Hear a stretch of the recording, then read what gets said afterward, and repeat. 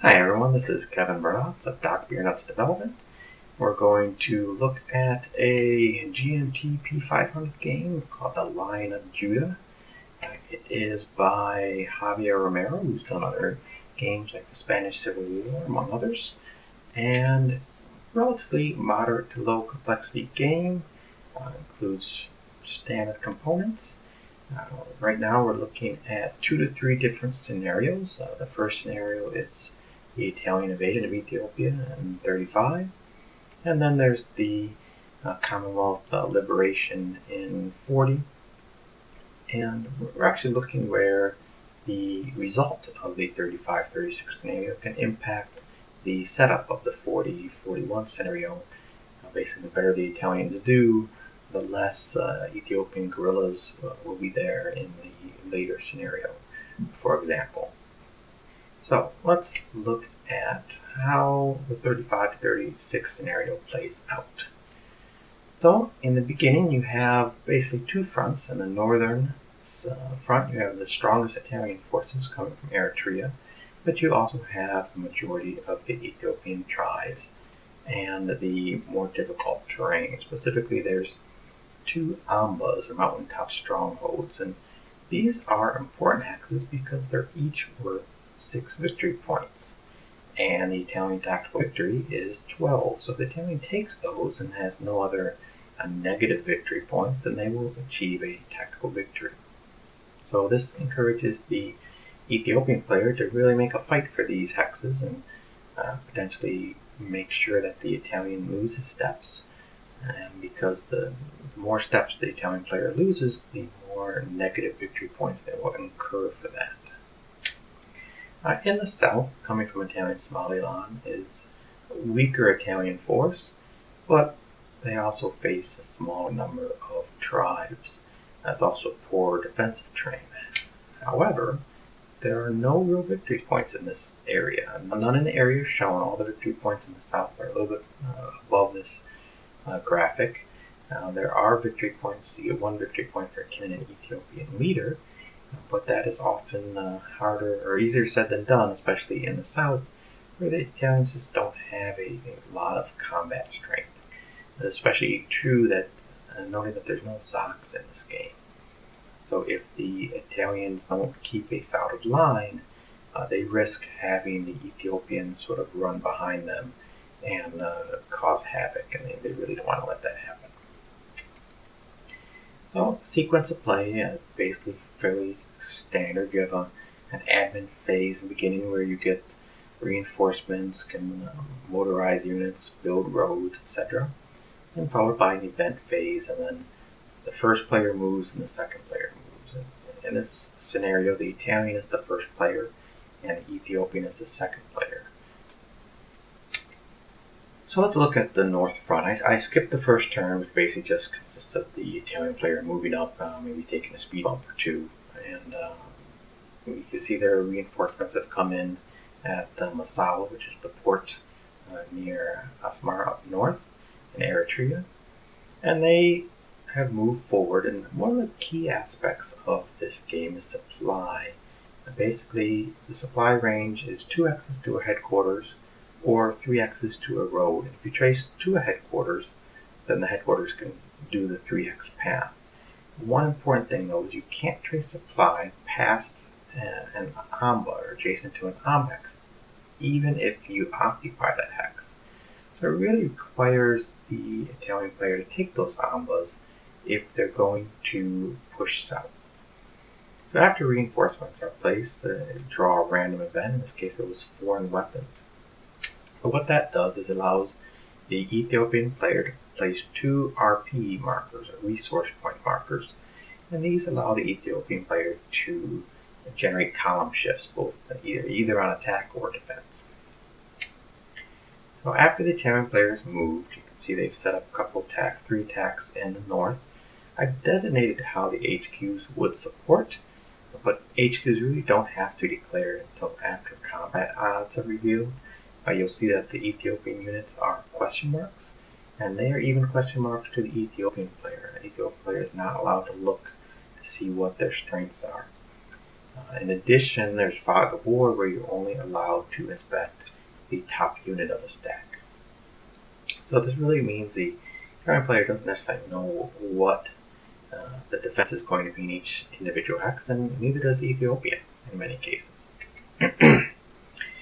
In the south, we have the Italians bringing in 2 reinforcements and then slowly moving up. And the purple line, you'll see that these reinforcements brought in the black shirt divisions, black shirt units. They actually used force march. That's something available to European units, so Italians, the black shirt units, the Commonwealth units in the 40 to 41 scenario.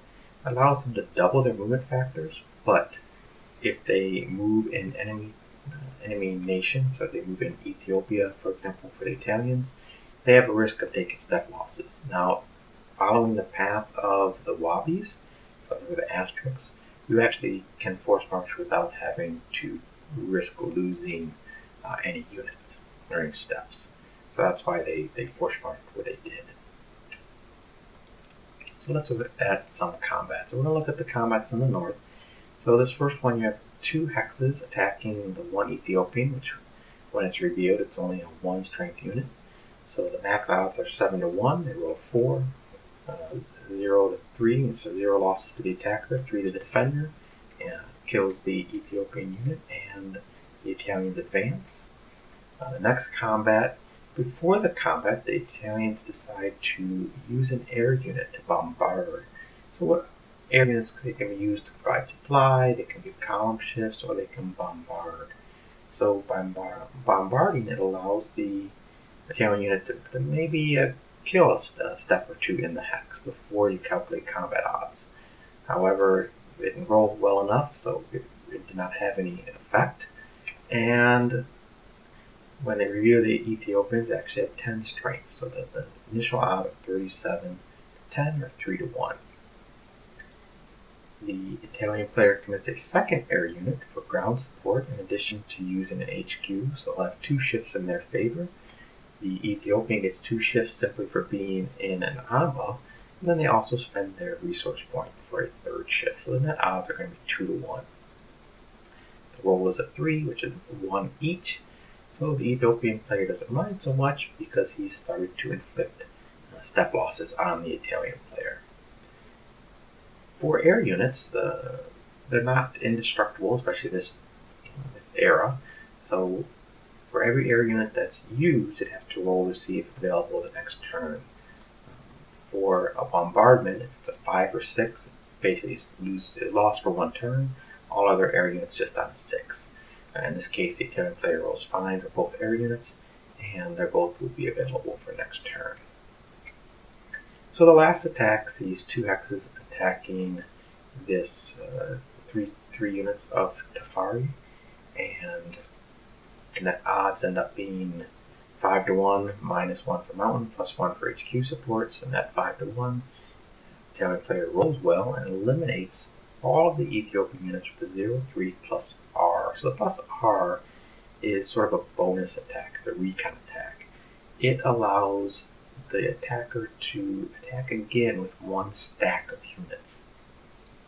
Now, in this particular case, the Italian player declines because, back up a little bit, he declines because he really doesn't have a good attack. So this is the end of the Italian player movement, and we go to the Ethiopian portion of the turn. For the Ethiopian player, they don't get to just move everyone, they must roll for each leader individually to see how well it activates. And there's basically a range of no activation to full activation, and they can't walk or enter any hexes that are occupied by other Ethiopian units. So they're very restricted on what they can do. And there's certainly some criticality to the order that the Ethiopian player activates his leaders. So first he chooses Raseum. He rolls a 3, which is a half activation. So half of the units can only move 1 hex and not attack. Now the other units can move full, and if they choose to attack. Raseum only has 3 or 4 units, so they're really not going to do much attacking. So they fall back. Next, they activate Ras Casa, and the Italian player actually spends one of their RPs to bribe the Ras, and that results in a -1 DRM. The Ethiopian player rolls and gets no activation, so they choose to just leave him in the Amba hex. I actually have both of these shown in here, but the red tribe, the Showa tribe, is activated next.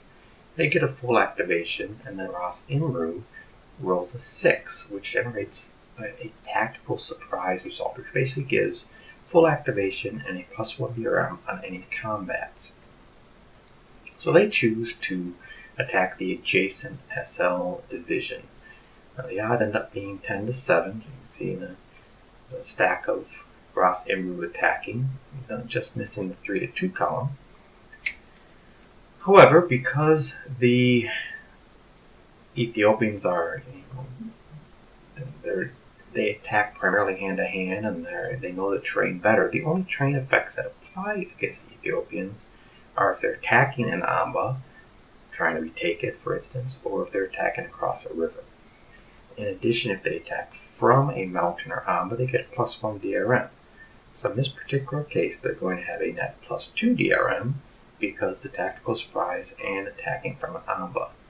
They roll a modified 7, which actually generates a 1-1 result, which, again, the Ethiopians are happy that adds another Italian step loss, and they lose a single Ethiopian unit. Now, if the Ethiopians succeed in attacking and inflicting a step loss on the Italians, on whatever front that successful attack was conducted in, actually gets a bonus reinforcement the next turn. So the tribes are happy. They're more inclined to send all their soldiers to the front to help out. And so because of that, essentially the one lost step is going to be negated by the extra reinforcement. And we increased the Italian step. So you noticed it was at 0, even though the Italians had a step loss in the previous turn. And that's because they took the step loss on a Italian colonial, so one of their sort of hired help. And those do not count for Italian loss steps. But in this case, the only unit that was available to take the step loss was the Italian unit, and so the step must be an Italian step that is lost. So at the end of the Ethiopian movement, this is their lines. They sort of set up as best they can, trying to hold the Ambas. And let's look at what the south looks like. So again, they've established a solid line, and they're basically sort of waiting to see what the Italians are going to do.